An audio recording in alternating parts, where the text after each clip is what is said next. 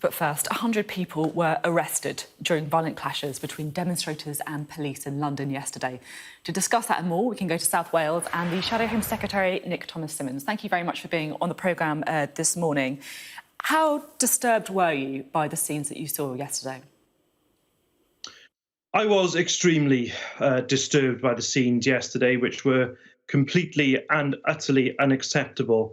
And I want to thank the Metropolitan Police and all those frontline officers for the work that they did yesterday in extremely difficult circumstances.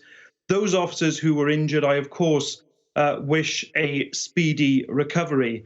And I want to say a particular word as well about that awful scene of someone urinating next to PC Keith Palmer's memorial. Absolutely despicable behaviour, and I hope that individual is identified and brought to justice. There are reports today that the government is considering a 10-year jail sentence for people who desecrate war memorials. I mean, do you think there needs to be some kind of legislative response to what we've seen? Well, firstly, I would support the government in creating a specific offence of protecting war memorials, and I would be willing to work with the government on that.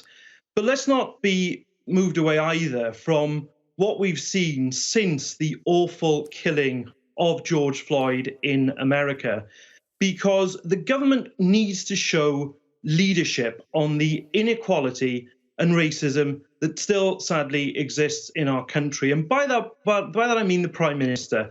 The Prime Minister needs to come forward, show that he understands the hurt and the anguish of the stories that Black people in our country have spoken about so movingly in recent weeks, and also to set out the concrete steps that his government now intends to take to address that. Well, let's talk about concrete steps, shall we? Because really, in many ways, the easy bit is saying that the government needs to address inequality. What are the concrete steps that you think would make this country more equal?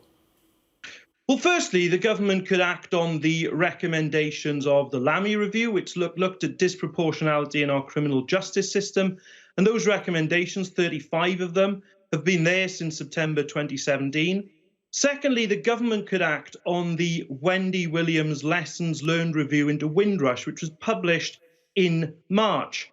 Again, 30 recommendations there to be acted upon, and one specifically, Sophie, with regard to the Windrush compensation scheme. In its first year of operation, it has only compensated 60 people to a total of £360,000. Now, of course, I'm pleased for those 60 people, but we're talking about thousands of people who were wronged over generations. That such a small number has been compensated, only that number, is a chronic failure of political leadership. The government needs to focus, it needs to step up to the plate, and it needs to act. One of the things that many people feel very strongly about who are out protesting in recent days and weeks is the police and the way that the police treat people of different races. In 2018 to 19, Black people in the UK 9 times more likely to be stopped and searched by police as white people, over 3 times as likely to be arrested. They were more than 5 times as likely to have force used against them by police. Do you think there is an issue with the way that police in the UK deal with people of different races? Well, the Lamy Review identified issues right through the system that needed... So what do you think? What do you think? I'm interested. Do you think that there is a racism issue in the police, effectively? Well, look, we've had great progress since the Macpherson report of 1999, which, of course, did identify institutional racism. There has been a lot of progress since then, but there are still disproportionate outcomes. You are absolutely right to identify that, Sophie. That's what the Lamy Review did, and the government should look at the 35 recommendations in that report. But having spoken to senior police officers, having spoken to police officer representatives, which I do on a regular basis in this role, I know that they are committed to tackling this as well and ensuring that there is maximum transparency, and ensuring too that the work that is required on community confidence in policing is done, and I'm pleased to share that priority with them. I just want to ask again, just because I understand, your sort of desire to look at the Lamy report, to talk about recommendations, but Do you feel there is an issue with the UK police on the way that they deal with people of different races? Do you or not? Well, the outcomes of our whole criminal justice system do suggest there are issues, Sophie. And where I'm reticent around answering this, of course, there will be things like unconscious bias that we, of course, have to deal with, where, I'm not saying individual police officers aren't doing their best. They, of course, are. But the way to deal with this is through professionalism and transparency. And my point is, it's not some sort of situation of people on the one side, police on the other. The police officers I speak to are equally as committed to tackling this as anyone else. And I think working with the police going forward is the way to solve this and to make sure that we do have that community trust in policing that's so vital. Now, you've tweeted using the Black Lives Matter hashtag, as has Keir Starmer. When you go on the official Black Lives Matter website, one of the first things you see is a link which says defund the police. Elsewhere on the website, it says we call for a national defunding of police. Do you agree with those aims?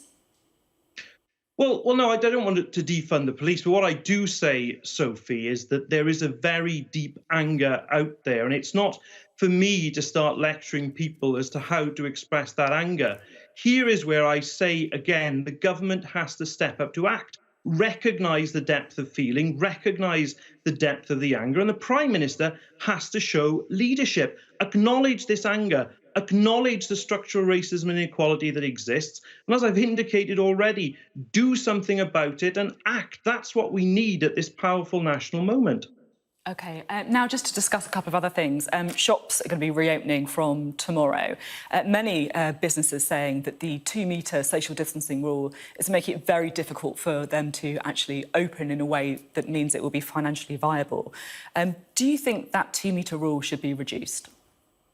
It should be reduced if the evidence indicated that it should be. And this is where we need to be so careful, Sophie, because the public health position and the health of the economy go together. There's no point seeing them in conflict.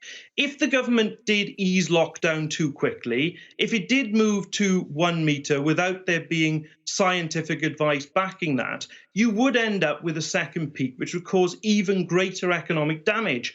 So my message to the government is to be vigilant, be cautious, approach this in a structured way and publish the evidence so we can all see it. We can get that restoration of confidence in the public health advice, which the Dominic Cummings affair did so much damage to. Although really we do know some of the scientific advice, don't we? I mean, we understand that there is obviously a risk at 1 metre, a reduced risk at 2 metres. It's a political decision, isn't it? You can't just always follow the science. Well, it's a political decision that should be based on a range of scientific advice, Sophie. But if that range of scientific advice was published, then that would restore confidence in the decisions that the government is making. And it would also, as I say, give that transparency that we require so that we can all judge the decisions, see that they're being made in an open way, and everybody can have confidence in that going forward. Now, the Sunday Times is reporting that plans to allow people to change their legal gender without a medical diagnosis and self-identify as a different sex have been scrapped by the government. Is that the right decision?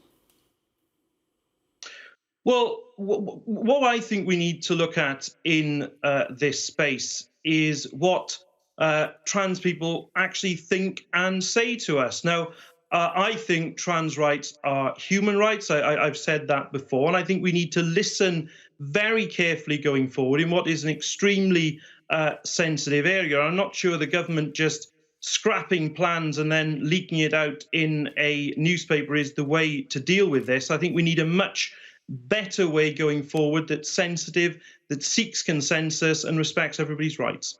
Now, we are out of time, but I do just want to squeeze in one more question, if possible. We've seen a pretty extraordinary turnaround in Labour's polling. One poll this week saying you're just 5 points behind the Conservatives. For context, the gap was 22 points in mid-March.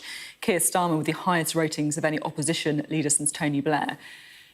Does that make you think maybe Jeremy Corbyn was the problem all along?